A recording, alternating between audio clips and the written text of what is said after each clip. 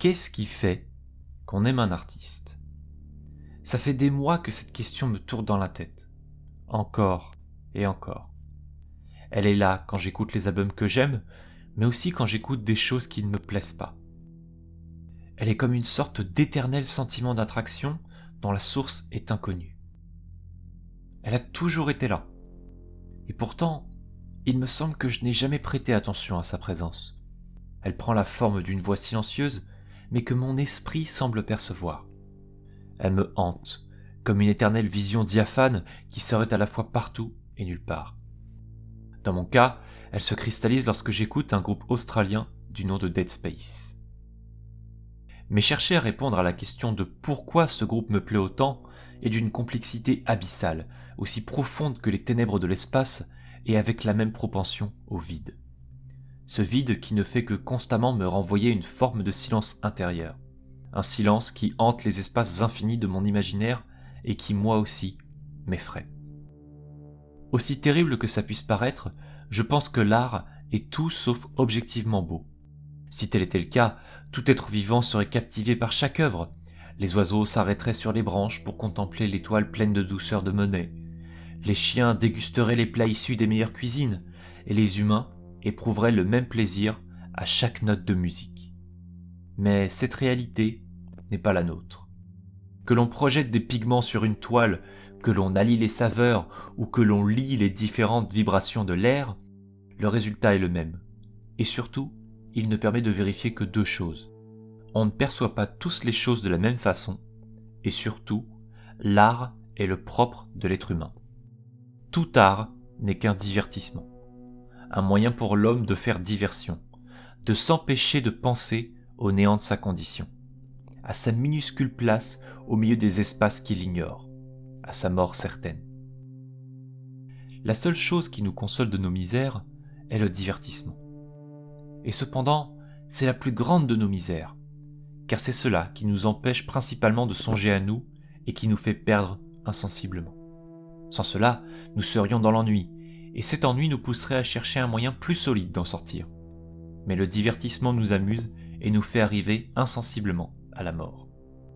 Cette citation de Blaise Pascal me fait ressentir toute la vacuité de l'humanité, de celle des milliards d'êtres vivants qui peuplent ce petit caillou mouillé qu'est la Terre, et plus particulièrement à ma propre vacuité. Que ce soit pendant ma vie, à ma mort, ou des centaines d'années après, quoi que je fasse, qui que je sois, et quoi que je fasse pour y résister, je suis destiné à céder à la promesse de l'oubli.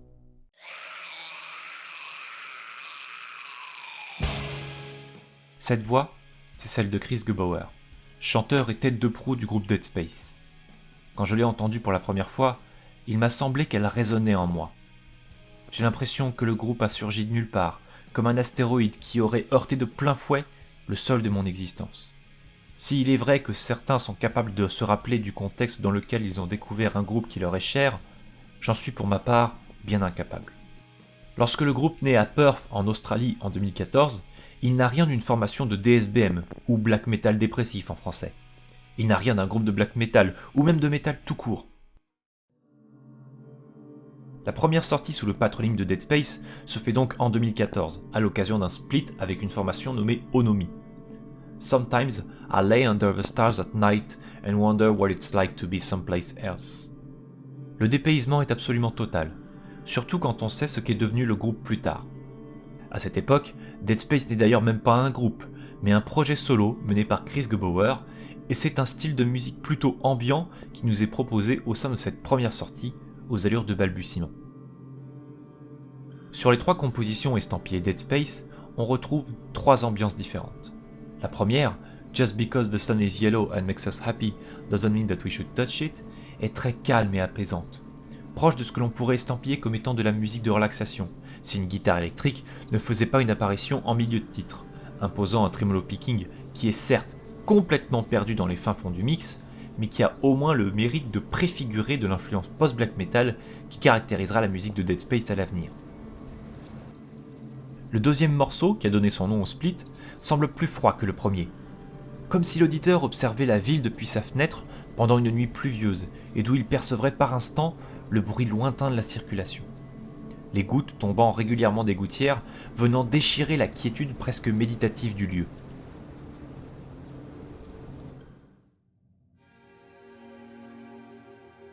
La dernière pièce est une collaboration de plus de 10 minutes entre les deux projets et se veut plus orchestrale. Et pourtant, ce sera le seul moment où l'on pourra entendre des voix, qui sont vraisemblablement extraites d'œuvres cinématographiques. Avec le recul, je pense que, à cette période, le mot dead de Dead Space avait un sens proche de celui de la notion de calme, d'apaisement ou même d'engourdissement. Comme si on parlait d'un endroit où Chris trouvait une forme de paix intérieure et qu'il cherchait à transmettre cette paix au travers de sa musique. Ce qui est une réussite si on tient compte de ces deux premières compositions qui donnent lieu à des images mentales d'une forêt sous le soleil matinal pour l'une ou d'une ville endormie sous une pluie automnale pour l'autre. Mais si ce split est bien la première sortie sous ce nom, Dead Space n'en garde aucune trace sur ses différents réseaux sociaux. Le trouver n'est donc possible que via la page Bandcamp de Onomi, qui d'ailleurs n'a plus rien produit depuis. À croire que tout ce qui est lié à cette période était le témoignage d'une apparente quiétude qui sera bientôt perturbée par un changement radical, dont l'extrême intensité engendrera en 2015 la création d'un premier album qui sera le véritable point de départ de la carrière du groupe.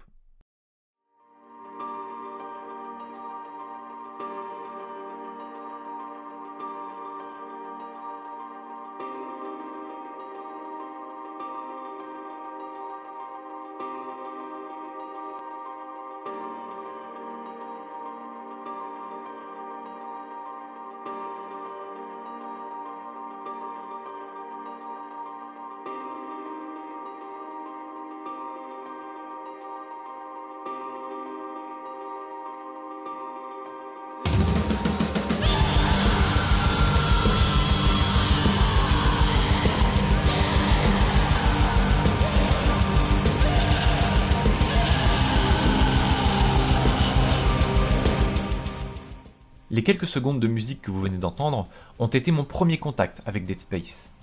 Et encore aujourd'hui, je les trouve d'une intensité et d'une profondeur telle que l'ensemble a résonné en moi de manière inexplicable, au-delà même des mots. Le titre The Promise of Oblivion a réussi à abattre mes défenses mentales en quelques secondes et a mis à nu toute ma colère et toutes mes angoisses.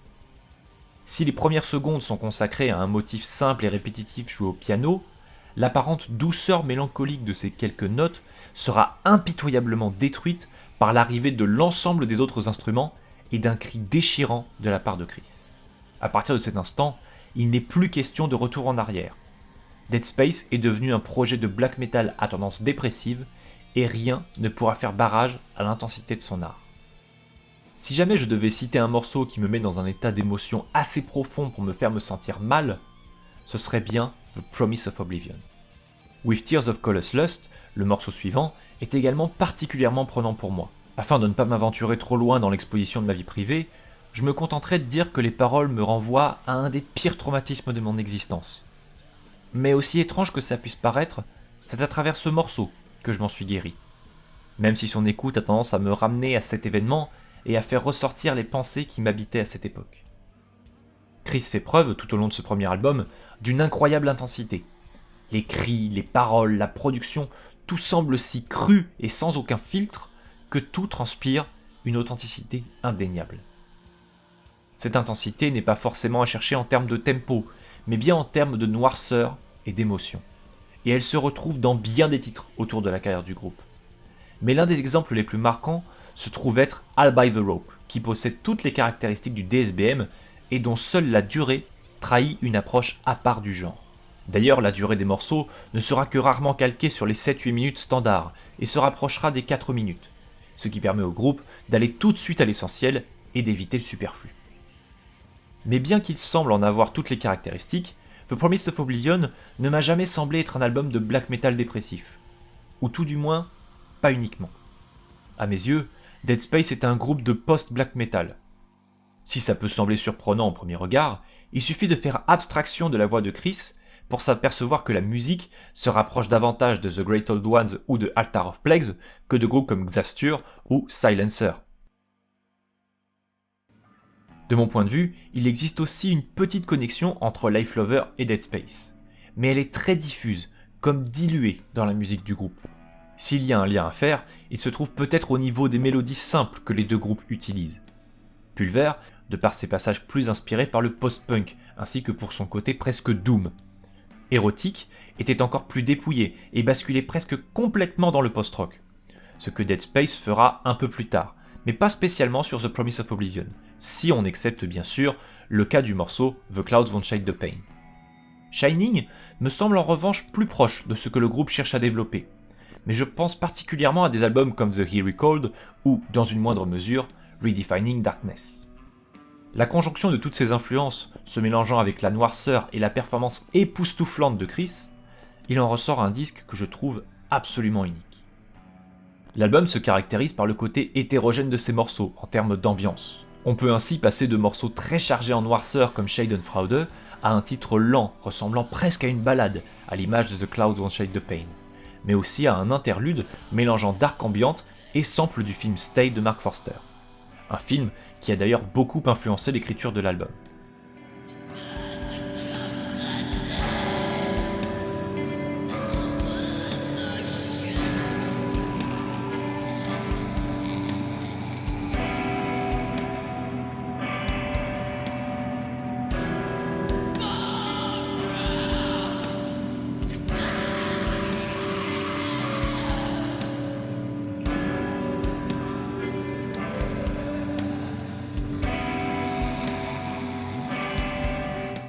Comme toute œuvre ayant vocation à véhiculer des sentiments, The Promise of Oblivion ne touchera pas forcément son but avec chaque auditeur, et il n'a pas forcément vocation à être universel.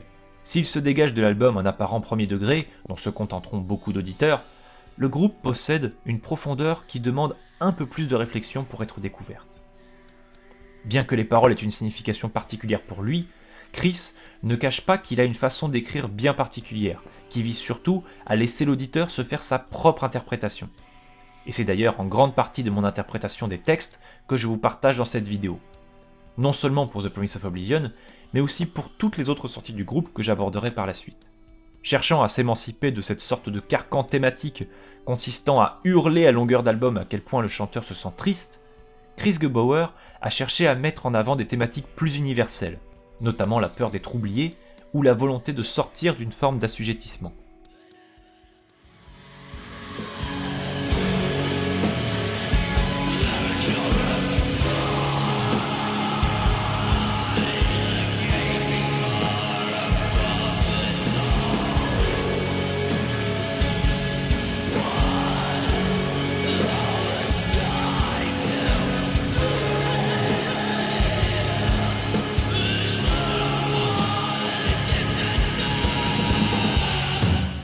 Que la soumission ait une origine sentimentale, émotive ou induite par la société, qu'elle soit auto-infligée ou que l'on soit soumis par les autres, Chris a axé The Promise of Oblivion sur la recherche de l'émancipation d'une situation qui nous fait nous sentir prisonniers.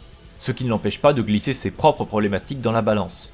À la lumière de cet album, il me semble que le mot Dead du nom de groupe Dead Space n'est plus à prendre dans le sens calme ou engourdi, mais dans un sens proche de celui de complet.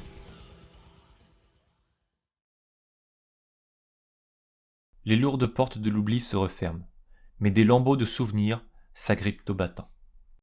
Lors de la sortie de The Promise of Oblivion, Dead Space est encore un projet majoritairement mené par Chris, bien qu'il soit guidé par l'envie de le transformer en véritable groupe et de défendre sa musique en conditions live.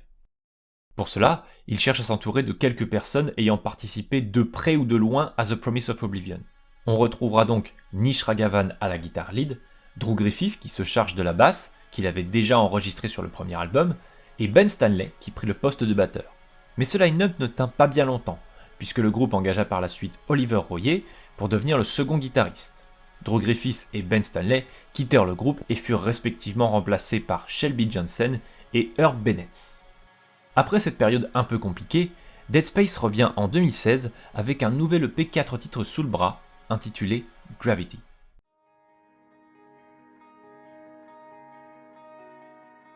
Cette sortie est une pierre angulaire de la carrière du groupe. Une transformation est en train de s'amorcer dans la musique de Dead Space.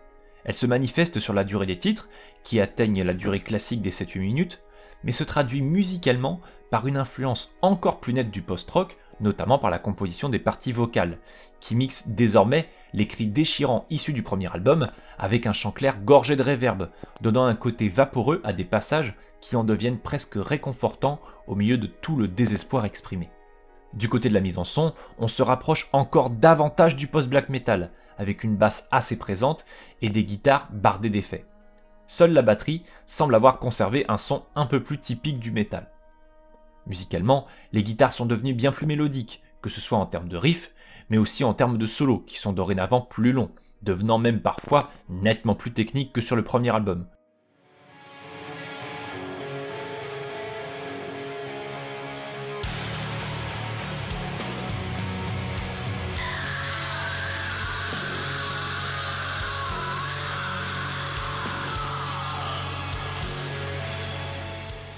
À l'image du premier cri du titre Birth, c'est avec une viscéralité toute particulière que Dead Space transporte l'auditeur dans une traversée de l'existence. Une existence sporadiquement traversée de quelques onces de clarté, et parfois même de calme, mais majoritairement dominée par une sorte de noirceur souillant l'esprit de l'être qui a eu le malheur d'atterrir en ce monde, et dont même la mort n'est pas forcément synonyme de fin. La musique de Gravity semble être une sorte d'invitation à un voyage dont l'aboutissement semble inéluctable, et pourtant profondément impossible à atteindre de par le concept même du disque, tournant autour du thème du cycle de la vie et de la mort. Ce passage de vie à trépas est mis en musique par une longue accalmie au milieu du titre Death, où le clavier et de longues notes de guitare sont maîtres. Mais ce passage aux airs de délivrance n'est qu'un simple pas de recul avant de replonger dans la noirceur abyssale d'une nouvelle vie qui semble encore plus terrible que la précédente, rendant ainsi ce cycle juste infernal et inarrêtable. Si je devais comparer ça à la musique d'autres groupes, il me semble qu'on se situerait quelque part entre Harakiri for the Sky et l'album Souvenir d'un autre monde de Alceste. Nous sommes tous condamnés à ne jamais cesser de revenir sur Terre dans une enveloppe charnelle dont nous changeons encore et encore pour l'éternité, et c'est de là que vient le nom de l'EP, Gravity. Ce mot se traduit littéralement en français par gravité, et dans les deux langues, on retrouve les deux sens du mot. La gravité est à la fois l'attraction à laquelle rien ne peut échapper, aussi bien les êtres humains que les étoiles, mais c'est aussi la gravité de cette situation à laquelle tout est soumis. Rien ne meurt, mais devient autre chose. Et l'EP se termine sur une nouvelle longue accalmie presque apaisante, qui n'est pas sans rappeler par instant les tout débuts de Dead Space lors du split avec Onomi, alors qu'un homme nous invite à considérer cette vision de l'existence comme positive. This isn't terrible, but it's just going to be the end of you as a system of memories. And so you've got a great chance right now before it happens to let go of everything. Because you know it's going to go, and it's going to help you. It's going to help you let go of everything. So if you have any possessions left, give them away. Give everything away.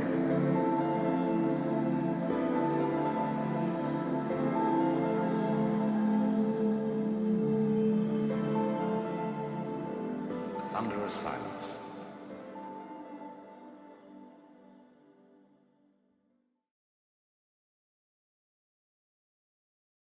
Rien ne se perd, tout se transforme. Cependant, Dead Space n'avait pas fini sa transformation physique, car son line-up et son esthétique scénique évolueront encore par la suite. Car si le groupe a abandonné le look très classique et dénué d'artifice du premier album, le cycle de tournée de Gravity voit les membres du groupe proposer une esthétique visuelle plus soignée, pour ne pas dire un peu gothique. Mais nous y reviendrons un peu plus tard. Après la sortie de Gravity, Dead Space et Nish Ragavan finirent par cesser de collaborer, pour des raisons de divergence d'ordre personnel. Un an plus tard, presque jour pour jour, Dead Space revient avec un split avec le groupe américain Happy Days. Le groupe est alors en train de poursuivre l'évolution musicale amorcée par Gravity, tout en revenant à la formule plus synthétique de The Promise of Oblivion.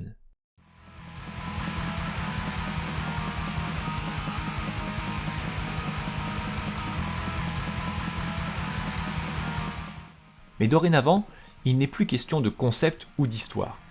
Chaque titre devient une entité propre et autonome.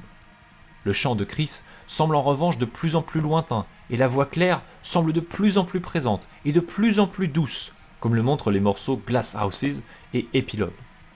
On note tout de même la présence d'un titre instrumental nommé Phantom Limb, qui est centré autour du clavier, et qui n'est ni un interlude, ni une intro. Juste un magnifique morceau instrumental, et qui nous montre que le clavier est vraiment un instrument que le groupe affectionne tout particulièrement. Moi qui d'habitude n'ai pas spécialement fan de morceaux totalement instrumentaux, je dois bien avouer que Phantom Limb est une exception qui me fait comprendre que parfois, la musique se suffit à elle-même. À la fin de la même année 2017, le groupe est sur le point de publier sa première sortie avec un nouveau guitariste dans ses rangs, Thomas Major. The Liquid Sky sort sous la bannière de Thalheim Records et il s'agit alors du deuxième album du groupe.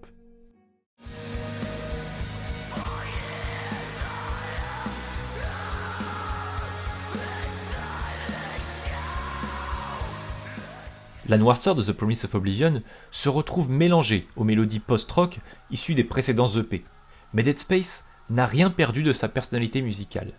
Et même s'il a perdu en agressivité, il a gagné en accroche, et ça se ressent à l'écoute. Certains passages touchent presque au divin et procurent un véritable sentiment d'élévation à l'écoute. À la différence du personnage de la pochette qui semble couler, l'auditeur a une impression de légèreté, la musique n'en étant pas joyeuse pour autant. Telle la lumière lunaire, c'est la guitare solo qui irradie les compositions de par la clarté de son son et de ses mélodies envoûtantes. Comme l'astre de la nuit, cet instrument semble toujours présent pour éclairer les ténèbres. Il semble même par instant que rien ne serait possible sans elle, à l'image des magnifiques solos qui parsèment l'album. Mais la guitare solo n'est pas la seule à être vectrice de lumière sur ce disque. L'album n'est pas spécialement sombre et laisse même entrevoir un basculement de style vers un post-black metal plus lumineux, ce qui n'est pas sans évoquer l'album Star Mourner de Ghostbath, sorti plus tôt la même année. On retrouve en effet dans les deux albums une mélancolie très similaire, ainsi qu'une production mettant en avant les sonorités les plus éthérées de la musique du groupe. C'est flagrant sur les morceaux les plus calmes, et en particulier sur Comatose, ou l'instrumental Only Tears. Les deux s'enchaînant à un titre aux allures de power ballad, Kidney Bleach, sur lequel on découvre la voix de la sœur de Chris, Portia Gebauer. Le mélange de la voix du frère et de la sœur se mariant parfaitement pour créer un morceau particulièrement touchant qui reste, selon moi, l'un des moments les plus forts de l'album.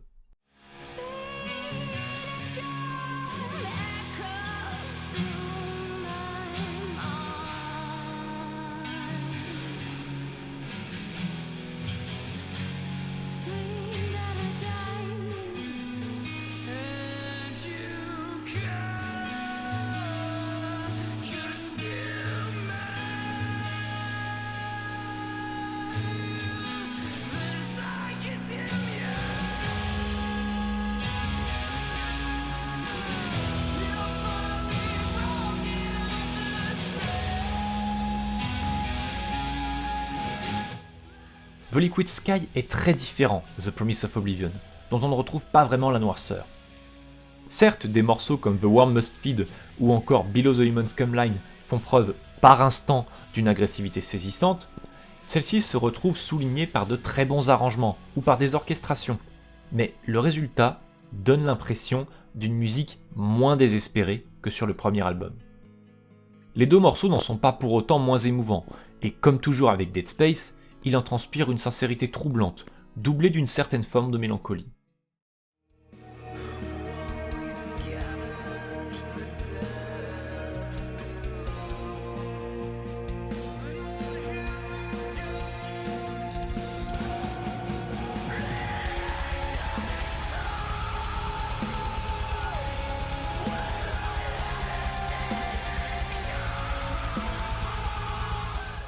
Pour revenir un peu sur le nom du groupe, le sens du mot dead me semble avoir obtenu une nouvelle signification avec cet album, celui de éventé. Comme un liquide qui aurait perdu ses caractéristiques d'origine par une intervention de l'air. Comme un vin ou une limonade dont les saveurs se seraient atténuées à force d'avoir pris l'air. Pour faire un parallèle plus concret avec la musique de Dead Space, je trouve que le groupe a choisi une approche plus légère et mélodique qui tranche vraiment avec la noirceur et le côté très brut du premier album. Bien qu'il reste pertinent, on peut noter que le groupe a altéré sa recette. Et pourtant, malgré cette altération du propos, je trouve cet album excellent. En effet, je trouve que The Liquid Sky parvient même à dépasser The Promise of Oblivion en termes de mélodicité, d'accroche et en termes de composition. Je vais me permettre de faire une autre analogie. D'une certaine manière, The Promise of Oblivion était comme le mou d'une bière. Ça a beau contenir tous les ingrédients et toutes les intentions du brasseur, il faut que ça fermente un bon moment et dans de bonnes conditions pour que la forte concentration en sucre soit transformée en alcool par les bactéries et que le résultat soit buvable et agréable en bouche. The Promise of Oblivion avait pour lui une intensité émotionnelle extrêmement puissante et une proposition musicale unique en son genre.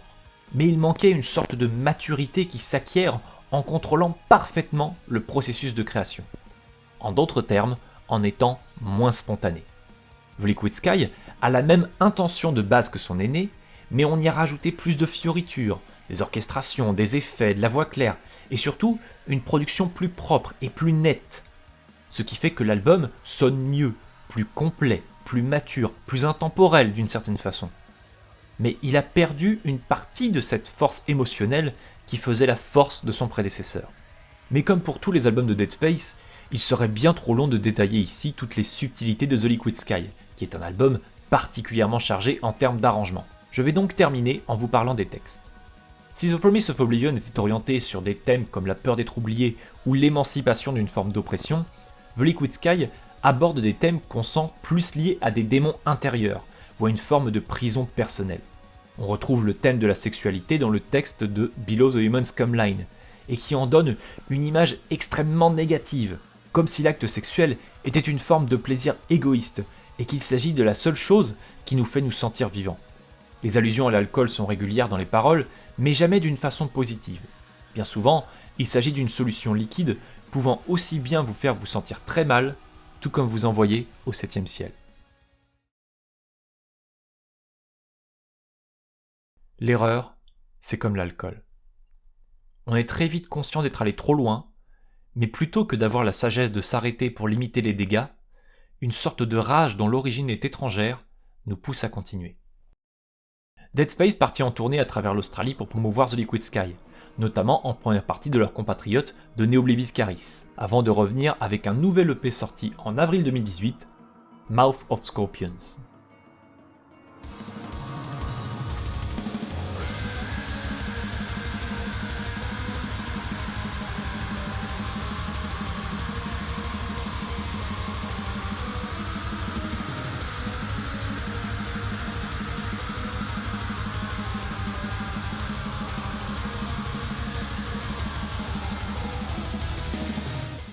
Cette EP de 3 titres seulement amorça le début d'une nouvelle transition musicale pour le groupe.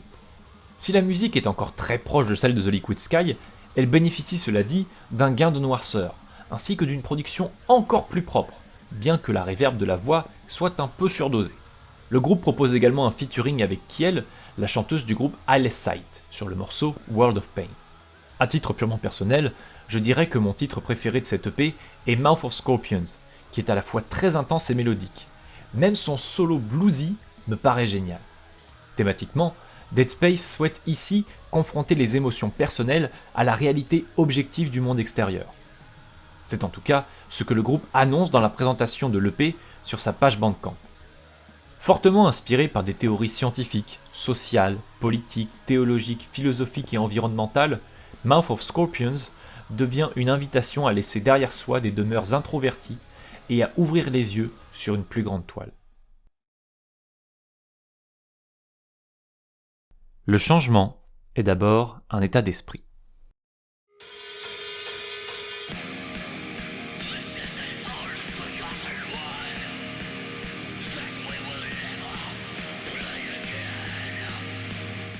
Après une tournée australienne en compagnie de Satyricon, puis une tournée japonaise avec Marduk, le groupe sort son premier disque live en 2018, Live and Feral, qui rend justice à l'intensité des performances du groupe.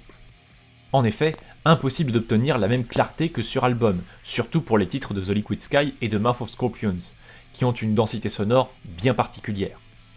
Dead Space nous présente donc ses compositions les plus sombres avec une mise en son plus étouffante que jamais, et avec une approche vocale parfois différente des versions album, notamment pour les titres The Promise of Oblivion, qui sont chantés plus graves, et avec une texture vocale bien plus granuleuse.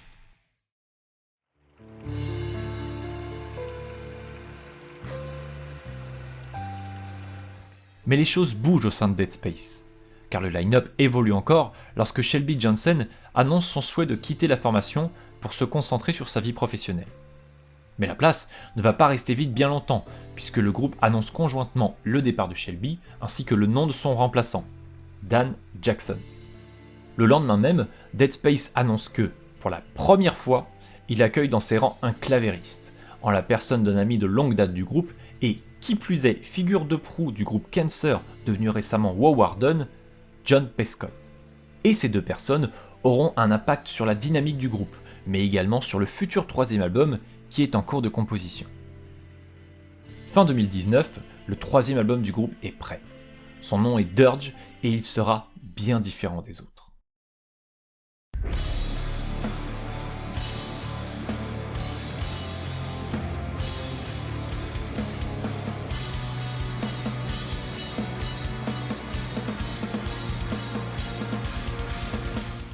Après une intro dans un style dark ambiant signé Drew Griffith, l'album commence avec le titre Rapture, dont le single avait déjà été publié sur YouTube quelques semaines avant la sortie officielle de l'album. Ce titre montre une nouvelle phase de Dead Space, qui a, encore une fois, fait évoluer son style de composition. Les envolées de voix claires ont presque complètement disparu au profit d'une voix hurlée, développant beaucoup plus son registre grave, avec la même texture granuleuse et distordue que lors des prestations live du groupe. La production vaporeuse et éthérée des sorties précédentes est devenue plus pesante et les solos de guitare ont laissé la place à un clavier alternant entre piano et parties symphoniques. Même l'esthétique du groupe subit un changement radical. Le maquillage très propre s'étant maintenant transformé en un corpse paint dégoulinant. Fini les clips en couleur, place au noir et blanc. Bref, la rupture est si forte que l'on a l'impression d'avoir affaire à un tout nouveau groupe.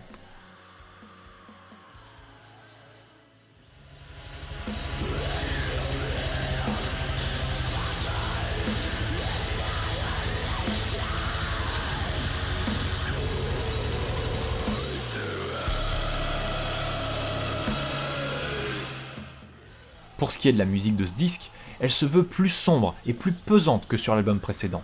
Et ce n'est pas le titre Dirge qui me fera mentir, même si on trouve des titres dont l'ADN tire très clairement du côté du Doom, comme Consigned to Oblivion. De l'approche post-black metal de la phase précédente, le groupe a gardé le recours à de multiples couches de guitare, et à la reverb parfois très fortement dosée. Au moins ce défaut n'est audible que lorsque les guitares jouent sans aucun support rythmique, comme dans certains passages de Hypnagogia et Indoctrination. En plus d'une batterie sous stéroïdes, les guitares n'ont jamais autant usé de tremolo picking, au point que l'on devine très clairement une influence du black metal suédois, notamment celui des premiers albums de Dark Funeral, dont l'intensité des riffs sont assez similaires.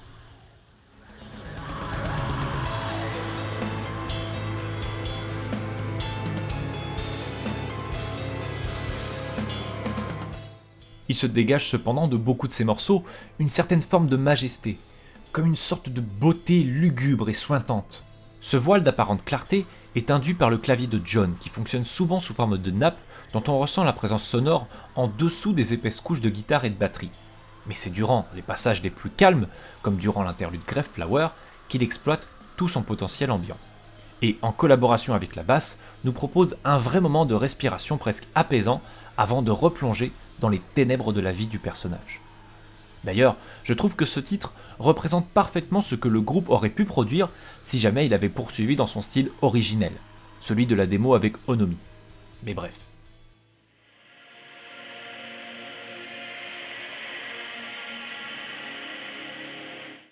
Les orchestrations servent aussi à donner davantage de corps à ce son déjà très chargé, et c'est particulièrement vrai quand on écoute des morceaux comme Indoctrination ou encore The Malevolence I've Borne Unto Others. La batterie joue elle aussi un rôle dans le nouveau son du groupe, puisque chaque coup de grosse caisse semble rajouter à chaque occurrence une dose de poison suffocant, comme si l'air et le ciel du monde que le personnage arpente étaient chargés d'une extrême lourdeur et d'une noirceur accablante. À ce stade, il est évident que l'appellation DSBM ne convient plus à qualifier la musique de Dead Space. Le terme post-black metal non plus d'ailleurs, la noirceur du groupe ayant largement pris le dessus sur tout le reste. Même les étiquettes black metal atmosphérique ou black metal symphonique me paraissent totalement inappropriées, car ces nouvelles caractéristiques sonores apportées par le clavier ne redéfinissent pas totalement le son du groupe. Elles l'étoffent. Le groupe est devenu difficilement catégorisable dans un sous-genre particulier, ne lui laissant donc que le genre black metal pour le définir. Cependant, on retrouve un élément du passé du groupe, le concept. Si les premières sorties possédaient des thèmes récurrents, c'est bien une histoire complète qui nous est racontée dans Dirge. Pour la résumer en quelques mots, il s'agit de l'histoire d'un homme venant de perdre une personne très proche et qui cherche désespérément un moyen d'exorciser la violence de ses émotions. Il finira par laisser libre cours à sa colère en dévastant le monde et en devenant ainsi un seigneur démoniaque. Bien qu'aucun nom ne soit cité dans les paroles, certains détails m'amènent à penser que le personnage principal de l'histoire est inspiré de Hyperion, l'un des titans de la mythologie grecque. Il serait un peu long d'expliquer ce qui me fait croire ça, et l'écriture de Chris a toujours été assez ouverte à l'interprétation de chacun. Donc je vous laisse vous faire votre propre opinion quand vous lirez les textes. Le groupe utilise parfois des sons d'ambiance pour situer l'action dans un lieu plus ou moins précis, comme une sorte de caverne humide où l'eau goûte d'une stalactite, mais aussi l'enfer avec des sons de flammes.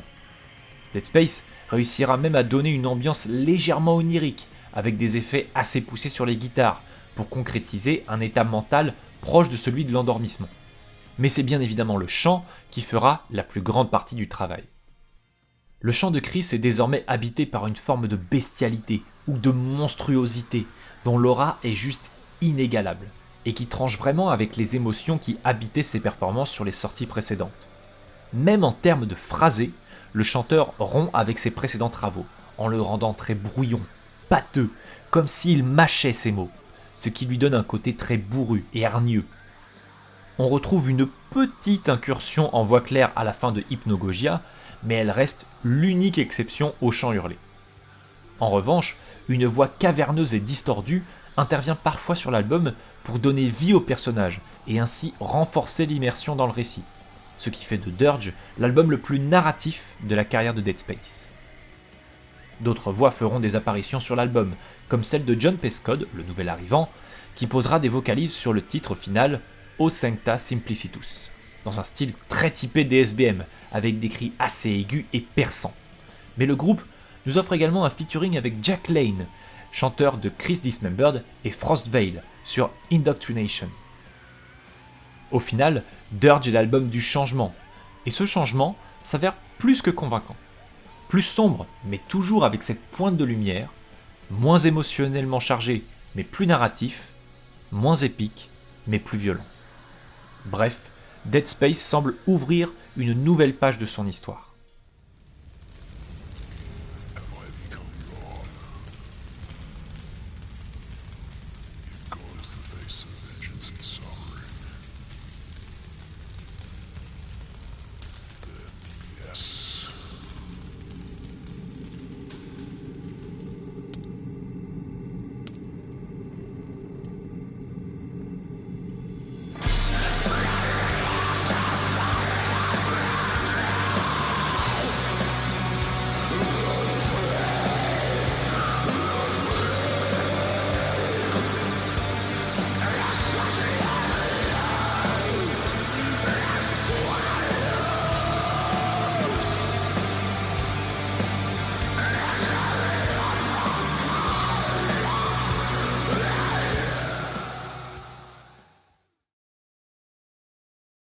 L'homme est son propre démon.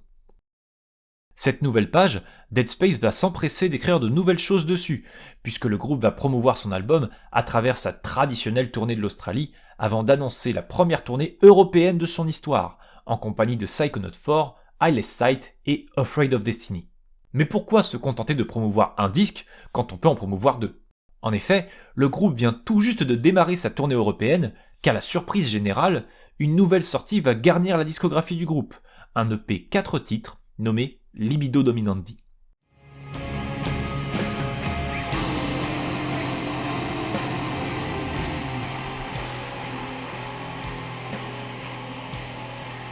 On retrouve sur cette EP les mêmes composantes que sur Dirge, à ceci près que le clavier semble plus discret, ce qui rapproche davantage ce disque de ce qu'a pu produire Leviathan, tout du moins dans les parties les plus énervées.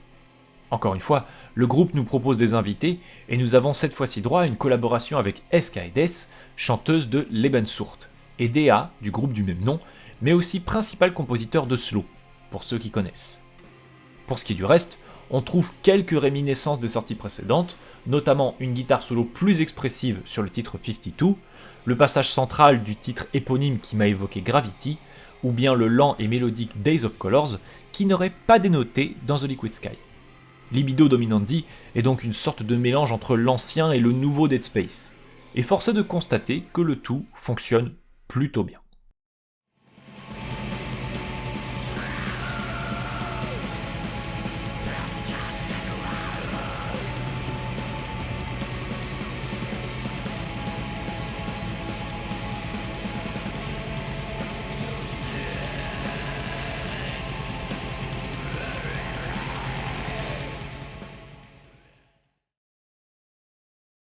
L'homme est conduit plutôt par le désir aveugle que par la raison.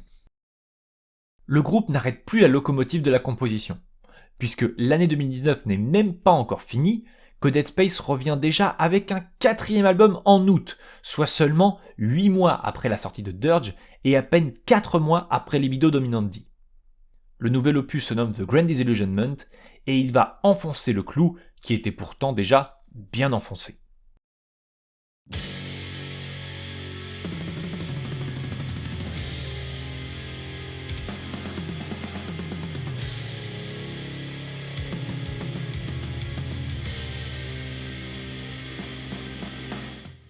La différence entre ce 4e album et Dirge est plus ténue qu'entre les autres albums. Si le clavier est bel et bien présent, il ne distille plus vraiment ce léger souffle mélodique sous-jacent, mais devient davantage une sorte d'entité à part qui propose des nappes légèrement symphoniques par instant ou en revenant à un simple son de piano plus épuré. Mais la plupart du temps, on devine à peine sa présence, mais dont on peut ressentir l'implication en cherchant à percer l'épais mur de son que forment les autres instruments. C'est particulièrement clair lorsqu'on écoute le morceau As Time Moves Backwards, qui montre à quel point le travail de John est à la fois parfaitement audible, mais aussi beaucoup plus sous-jacent. La mélodie reste présente sur ce disque, mais elle est utilisée de façon beaucoup plus lancinante et cyclique, comme un air qui nous tournerait dans la tête encore et encore, et qui finirait par nous obséder, le monde autour de nous s'effaçant presque, ne laissant place qu'à ces quelques notes dont le pouvoir semble presque magique.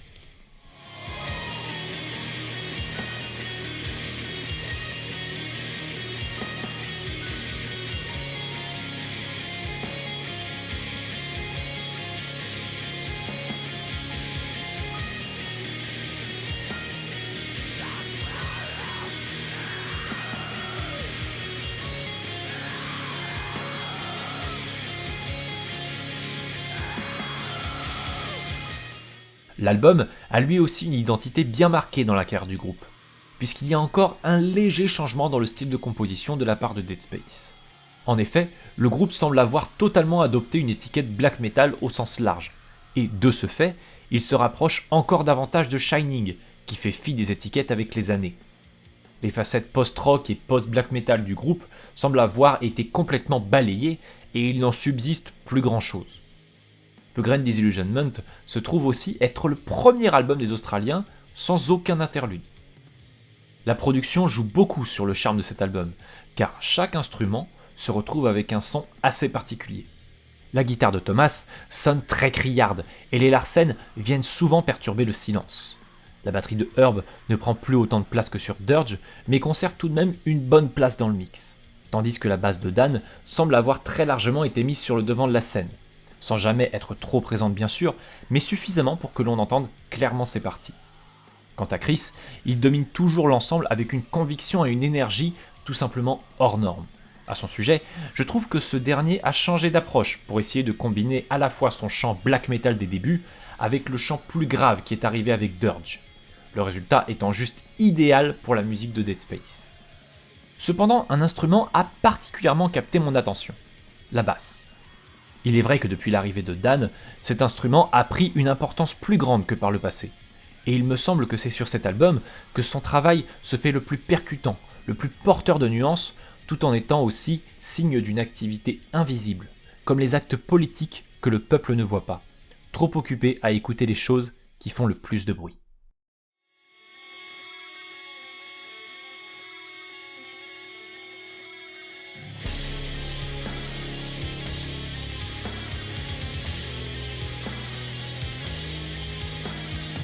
Petit mot rapide sur le morceau The Ashes of the World qui nous permet de profiter de l'apparition de Kane Cressol, le chanteur du groupe australien Diamenta, que je vous recommande également. Quant au texte de l'album, ils se font plus graves que jamais, abordant des sujets aussi bien politiques qu'écologiques et antimilitaristes, tout en lançant une petite pique à la religion, le tout sous forme d'allégories parfois extrêmement crues, comme le montrent des titres comme Masturbation Ritual et Lungs. Les plus attentifs auront certainement remarqué que l'EP Mouth of Scorpions commençait déjà à avancer dans cette direction. Mais Dead Space a rajouté un fil conducteur à tous ces textes, comme il l'avait fait sur The Promise of Oblivion. Et cette fois, il s'agit de voir à travers le brouillard des illusions ou de ce qui est offert à nos yeux. D'ailleurs, il semble que le nom Dead Space se soit paré d'une nouvelle signification. Le mot dead devenant ainsi plus littéral, ayant ainsi la signification de mort, comme un homme mort. En effet, le groupe propose dans le livret de son album et de sa page Bandcamp un petit prologue écrit à la première personne par un homme qui a rejoint son lieu d'origine, sous les racines des arbres, et qui a décidé, avant d'y revenir, de ne plus se laisser berner par les comportements des humains. On retrouvera d'ailleurs ce texte en guise d'introduction du dernier morceau de l'album, Bones Beneath My Feet.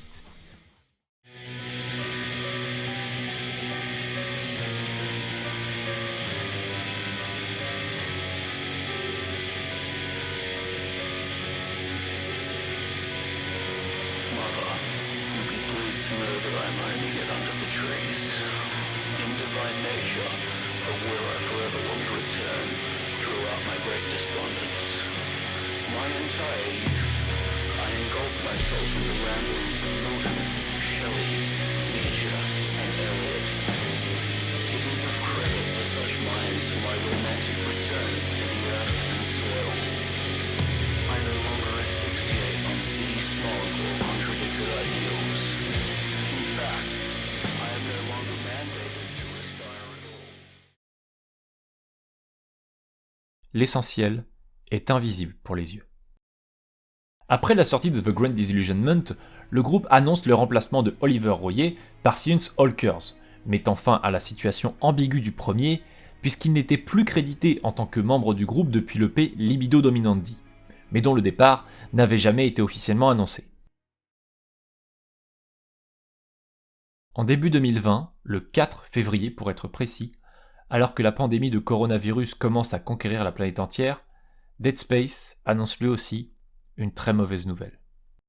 Le groupe a décidé de se séparer. La cause de la mort prochaine du groupe est à chercher du côté du fait que Chris Gebauer traverse une période de changement dans sa vie personnelle et fait de nombreux allers-retours entre l'Europe et l'Australie. Les emplois du temps sont devenus compliqués à concilier et dans ces conditions, le groupe est condamné. Toutefois, Dead Space ne compte pas partir sans faire un dernier tour de piste, et une tournée européenne avec le groupe Lebensurt est annoncée.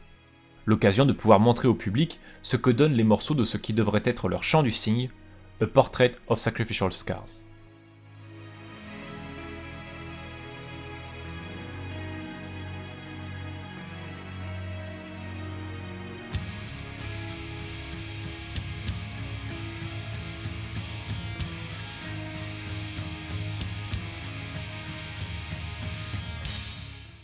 Dead Space tue directement le peu d'espoir qui restait en nous en commençant directement son album par un coup fatal.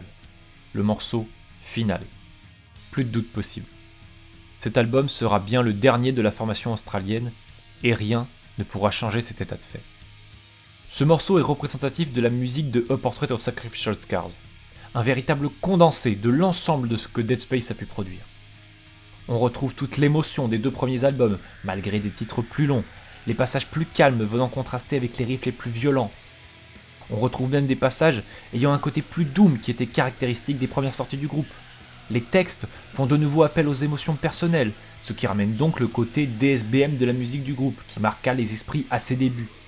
Les mélodies plus post-black metal sont également de retour, mais sans l'apport constant de la guitare solo. La production des 2 albums précédents a été gardée, et les vocalises de Chris sont un parfait mix de tout ce qu'il a pu produire, mais sans les voix claires. Tout du moins, cette dernière n'est jamais clairement mise en avant. Elle apparaît fugacement, comme dissimulée dans le mix. Les orchestrations ont atteint leur apothéose, donnant ainsi au disque une dimension épique encore jamais atteinte. Avec ce disque, Dead Space nous accable d'émotions, à l'image de la seconde partie du titre éponyme, dont la charge émotionnelle est si forte qu'elle semble capable de toucher n'importe qui ayant un cœur en ce monde. Si Finale était un commencement exemplaire, le titre suivant, Beg for Death in Absurdum, est l'un des moments les plus forts de l'album, en proposant un passage calme en milieu de titre, typique du post-black metal des débuts du groupe. Les couches de voix claires donnant un sentiment tragique au morceau, qui est déjà très émotionnellement chargé. Into the Sea of Snakes clôture l'album avec une mélancolie presque palpable, et nous laisse dans un silence de mort où l'on se sent bien seul, à l'image de ce que nous sommes dans un monde où il faut sans cesse devenir plus fort pour lutter dans une bataille d'ores et déjà perdue d'avance. Nightfire propose une ambiance qui m'évoque beaucoup Saor avec son côté épique et mélodique, mais il se trouve également être le dernier morceau en date à accueillir un invité, en la personne de Timmy Atras, un compositeur multi-instrumentiste australien très prolifique, qui sera donc le dernier d'une liste de près de 15 personnes qui ont pris le micro aux côtés de Chris depuis les débuts du groupe.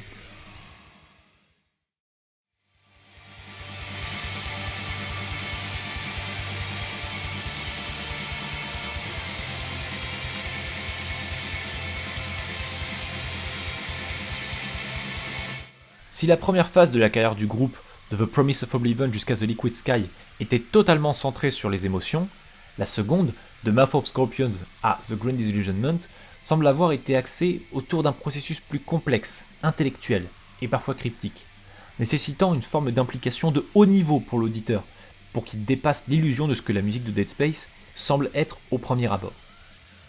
A Portrait of Sacrificial Scars boucle la boucle en revenant aux origines, tout en étant fort de toute l'expérience accumulée par les années et les différentes sorties. En plus de finir leur carrière sur un album particulièrement bon et chargé en émotions, le line-up du groupe est devenu flou. Ainsi, même le livret de A Portrait of Sacrificial Scars ne donne aucun nom. Depuis l'annonce de la future dissolution de Dead Space, il est devenu difficile de suivre ce qui se passe au sein de la formation, et le fait de ne voir aucun membre du groupe de crédité sur le livret de l'album n'a fait que renforcer mon impression que le groupe est en train de partir en lambeaux et de disparaître dans les abysses. La seule chose que l'on peut lire, c'est que DA, ancienne invitée sur Libido Dominandi, s'est chargée du mixage, du mastering, mais aussi des orchestrations, ce qui laisse planer un doute sur la participation de John à la composition de cette ultime offrande de Dead Space. Pour être honnête, j'ai du mal à mettre des mots sur ce disque, car il m'inspire une profonde tristesse. Les guitares de Nightfire ont-elles déchiré mon cœur en lambeaux ? Les orchestrations de Flesh Wounds Deeper Than I Thought m'auraient-elles atteint au cœur ? La voix de Chris a-t-elle fini par prononcer ses ultimes plaintes de souffrance dans Beg for Death in Absurdum ? Et enfin, la lenteur du titre Fatigue est-elle le miroir de ce que le groupe est en train de vivre et dont le seul remède serait un sommeil éternel ? C'est bien possible.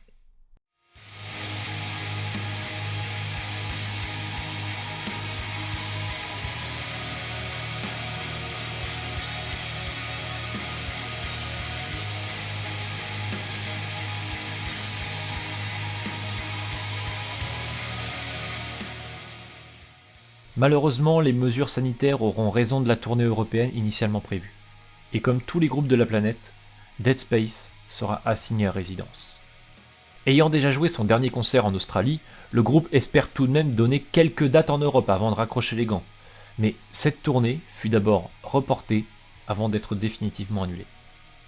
Le groupe exsangue n'a plus assez d'énergie, de temps, de motivation pour réessayer. Et c'est donc avec une certaine amertume que le groupe s'en va mourir, espérant ainsi retourner dans cet espace apaisé dont le nom du groupe semble avoir repris le sens.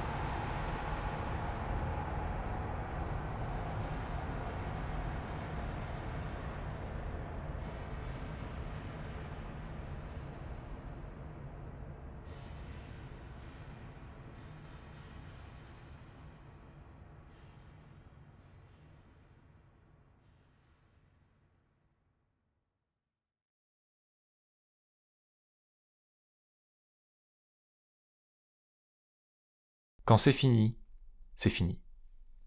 Pas de questions, pas de larmes, pas de baisers d'adieu. Les mois passent, et il faut bien se rendre à l'évidence que Dead Space ne semble pas prêt de revenir de sitôt. John et Dan continuent le groupe de DSBM Wowarden, anciennement connu sous le nom de Cancer. Thomas a rejoint le groupe de Black Crust Flesh Worship, et Herb et Fiennes, eux, n'ont plus donné aucun signe de vie depuis la fin de Dead Space. Quant à Chris, qui a toujours mené le groupe, il est maintenant occupé dans plusieurs projets musicaux, comme sa carrière solo axée post-rock, son projet Black Doom Exitium Sui. Il a aussi rejoint le projet Humanitas Error Est. Il co-gère le projet I Am All Wounds avec sa femme et développe également ses talents de peintre. Et pourtant, en mars 2021, une publication apparaît sur la page Facebook de Dead Space, accompagnée de cette photo. Dans cette publication, le groupe annonce sa réunification, ainsi que le souhait des membres restants de travailler sur de nouvelles compositions qui seront publiées le moment venu. En juin 2021, un nouveau morceau est publié sur la chaîne YouTube du groupe, Moksha.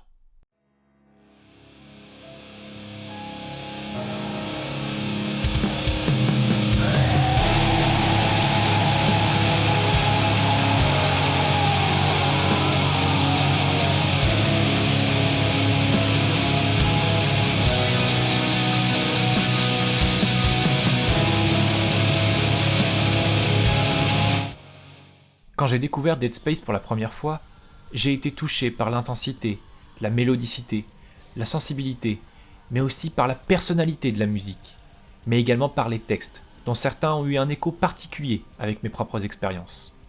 Dès le premier cri de The Promise of Oblivion, j'ai ressenti une réelle connexion émotionnelle, comme une véritable syntonisation avec une personne que je n'avais jamais rencontrée, mais dont l'expression artistique était d'une sincérité et d'une puissance si forte qu'elle a résonné avec ma propre perception des choses. À ce moment précis, j'ai réalisé que je devais produire une chronique afin de faire connaître ce groupe australien encore inconnu en France. Alors que je suis en train de finir l'écriture de cette dernière, je décide de prendre mon courage à deux mains et de contacter directement Chris pour lui poser les dizaines de questions que son œuvre avait soulevées en moi, mais aussi pour le remercier d'avoir accouché d'une musique qui m'a touché au plus profond de mon cœur. Je n'utilise pas le champ lexical de la résonance pour rien, car c'est bien cela que Dead Space m'a fait ressentir. Tout ce qui compose la musique du groupe est entré dans mes oreilles, et pourtant, il me semblait que je connaissais déjà tout ça au fond de moi. Que ce soit consciemment ou inconsciemment, Dead Space m'a semblé être un véritable miroir dans lequel j'aurais pour la première fois pris conscience de mon propre reflet. Jamais encore un groupe n'est arrivé à me toucher à presque chaque morceau et dont chaque mot semblait faire écho en moi. Presque chaque pochette du groupe m'a transmis une idée, un concept qui m'a fait vibrer. The Promise of Oblivion avec sa mise en scène des idées noires, Gravity qui illustre en une image le concept de naissance, de vie, de mort et de renaissance avec cette nature endormie durant un hiver glacial. The Liquid Sky avec cette idée de se noyer dans ses propres pensées. Dirge, dont l'artwork est une création de Xenoir du groupe Samael, avec cette créature infernale qui pourtant semble elle aussi ne plus supporter le monde dans lequel elle vit. The Grand Disillusionment, qui montre un être humain dépossédé de toutes ses libertés et condamné à être exécuté par quelqu'un de plus puissant. Et enfin, A Portrait of Sacrificial Scars, dont le visage peut être celui de n'importe qui. À l'heure où j'enregistre cette vidéo, le groupe a annoncé que de la nouvelle musique était en cours de composition, mais que, étant donné que Chris a maintenant déménagé en Belgique, les choses ne fonctionneront plus vraiment de la même façon. Mais, vous voulez que je vous dise ? Je peux attendre. Que Dead Space mette 6 mois, 1 an, 3 ans ou 10 ans, ça m'importe peu. Parce que, du fond de mon cœur, j'espère que ce groupe continuera encore longtemps à composer de la musique. Qu'elle soit estampillée DSBM, post-black ou juste black metal, peu importe. J'attendrai. Il faut accepter les déceptions passagères, mais conserver l'espoir pour l'éternité. Alors je suis peut-être le seul à ressentir cette connexion avec Dead Space au point de produire une vidéo aussi longue, mais je suis sûr que, vous aussi, vous chérissez un groupe au plus profond de vous. Un groupe dont presque chaque morceau de chaque album vous fait vibrer et vous donne l'impression que l'artiste s'adresse directement à vous. Peut-être même que vous avez la chance d'avoir pu rencontrer cet autre être humain dont vous vous sentez si proche au travers de son art. C'est une sensation qui n'a aucun prix. Et pour ceux qui ne ressentent pas ce sentiment, ne vous en faites pas. Il y a forcément un groupe ou un artiste quelque part qui vous touchera au plus profond de vous. Et alors, vous comprendrez tout ce que cette vidéo a voulu dire. Au-delà du nom du groupe, du style de musique, de l'esthétique, de la renommée, ce qui compte, c'est que l'expression artistique vous parle à un point presque indescriptible. Dead Space m'a appris à saisir les opportunités, à l'image des clips éphémères qui ont jalonné sa carrière et qui n'ont été disponibles que pour de courtes périodes, avant de replonger à jamais dans les ténèbres de l'indifférence. Ça m'a fait réaliser que, quoi que le groupe fasse ou produise, ça ne durera peut-être pas. Et il faut donc saisir l'occasion d'obtenir ou de voir ce que les artistes nous proposent. Parce que, même si d'une certaine façon, l'art survit à son auteur, il finira de toute façon par disparaître. Que ce soit dans 10 ans, dans un siècle ou dans un millénaire, tout disparaîtra et tout retournera dans l'espace vide.